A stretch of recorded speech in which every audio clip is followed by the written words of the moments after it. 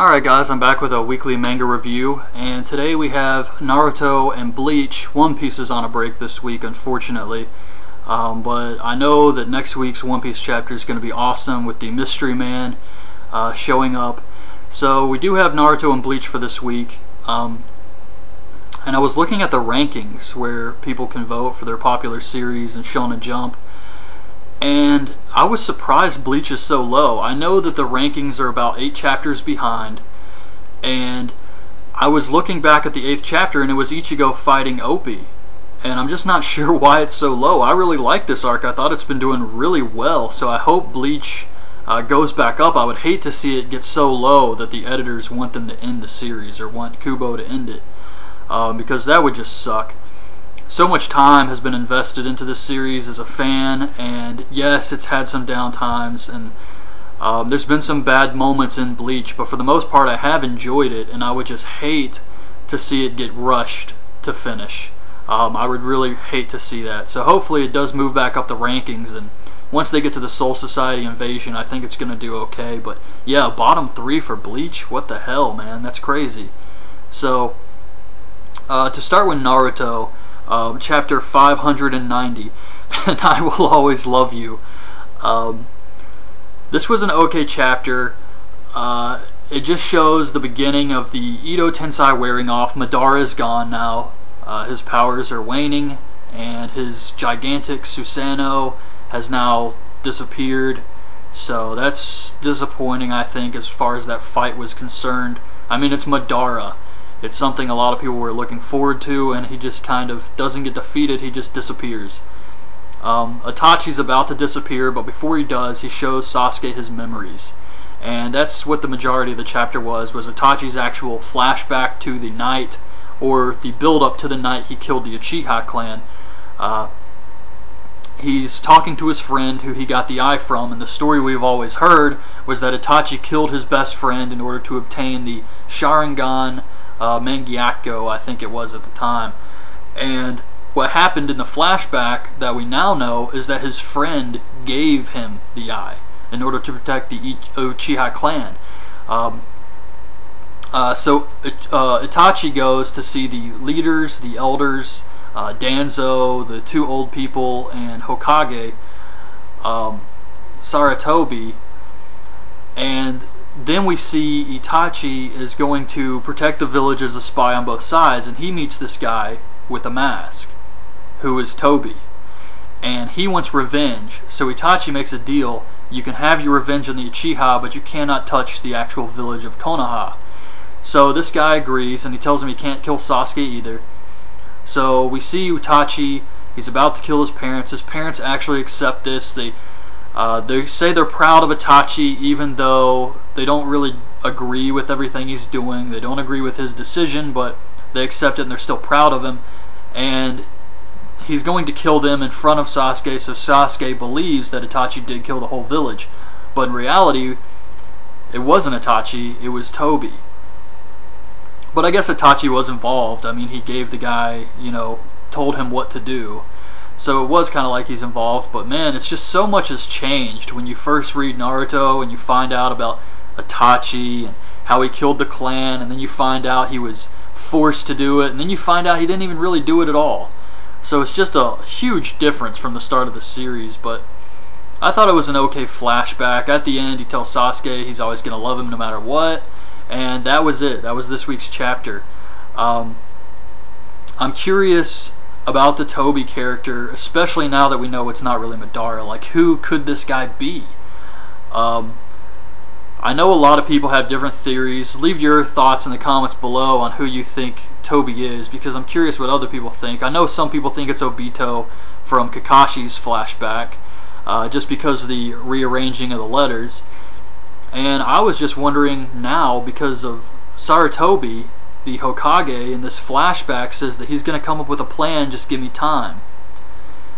And I never really thought about that before, but maybe the Hokage that Orochimaru sealed was, or is, Tobi somehow. It's kind of a far out theory, but I would consider him a suspect because of the name and because of the fact that he would definitely have the power to take out the entire Uchiha clan. And not many other people would be able to do that. And he does have a lot of knowledge about everything in the ninja world. And even though he was sealed, he could have done something like that in order to protect the village. So maybe that was his plan, was to kill the Uchiha. I'm not saying that's definite, but I'm just kind of throwing that one out there for everybody to think about. So yeah, it was an okay chapter this week. And now on to Bleach 497, Kill the Shadow 2. A lot of action in this chapter. Some really good stuff happens. Hitsugaya can't hear his Zanpakuto. He tells Matsumoto to tell the others not to use their Bankais. And then it shows a picture of the other captains who have yet to use their Bankais, and one of them is Zaraki. And I'm just thinking, Zaraki has absolutely nothing to worry about. He's still just as powerful. He never used a Bankai anyway, so he can still go out there and destroy. Well, we don't really know how strong the Quincy's are, but he could still go out there and probably put up a hell of a fight against them. Then we see Kyoraku. He's fighting one of the Quincy's. The Quincy gets behind him and shoots him and takes out his eye. Now, Kyoraku is one of the elite Shinigamis. He's one of the older ones, older captains. I think he was Yamamoto's, him and the 13th Division guy, I can't remember his name right now. They were two of the first. And he's always been a very powerful figure in this series. And for him to just get shot in the eye by a Quincy, they're definitely building the Quincy's up to be a powerhouse. Then we see the Vandenreich leader. And this part was a little strange to me. Like, one of the Quincy's says something like they no longer have the will to fight, and the Vandenreich leader says, if you feel like sparing them, that's fine, leave it to me. We see the Soul Society start to have like explosions show up. Renji actually tries to use his Bankai. I don't know why he thought that was a good idea, but he actually tries to use his Bankai. Byakuya says, stop, don't use it, you're just going to lose yours too. And then that scientist guy with the horns actually says, contact Ichigo Kurosaki. One of the other scientists says, we can't without the captain's permission. He says, I'll take responsibility, give me Ichigo. I'm not really sure what Ichigo is going to be able to do here. He still fights with a Bankai and everything. Maybe he learned something that could help them from Ginjao when he found out about the objects and things like that, those types of powers, but I don't really think Ichigo is going to be able to help that much.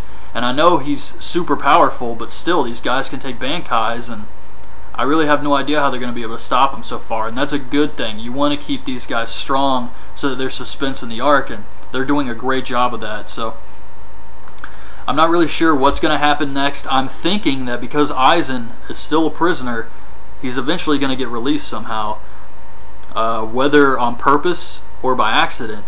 I expect Aizen to definitely show back up. Maybe he won't be a big villain. Maybe it'll be like in Dragon Ball, well, I guess it was filler, I can't really remember, where Frieza and those other villains come back to Earth and then they're just easily beaten. Maybe Aizen will get released and then get easily beaten by the Vandenreich leader, and that would be a great way to make the leader look strong. But yeah, Aizen, the fact that he's still alive. I mean, when they put the chapter out there that Aizen was captured, and they said that he's going to be punished or locked up for like 1,000 years or 2,000 years or something crazy like that, why even put a date on that? I mean, this guy tried to take over the world. He tried to kill the Bleach version of God, and they're just going to give him a sentence? I mean, if he's immortal and you can't kill him, that's fine, just lock him up forever, but why put a date on when he gets released? Like, at this point, Aizen will eventually get released back into the world. That makes no sense at all to me. But yes, so I do expect something really cool where we see Aizen again, at least an appearance. But yeah, I thought this was a good chapter this week, and I've been saying it every week. Bleach has been doing a really great job with this arc so far, and so I'm curious to see what happens next week. And One Piece returns, so that's going to be great. As far as I know, all 3 series are going to have chapters next week, so that's awesome. And that's it, guys. I hope you liked the video. Leave your thoughts in the comments below, and thanks for watching. Bye.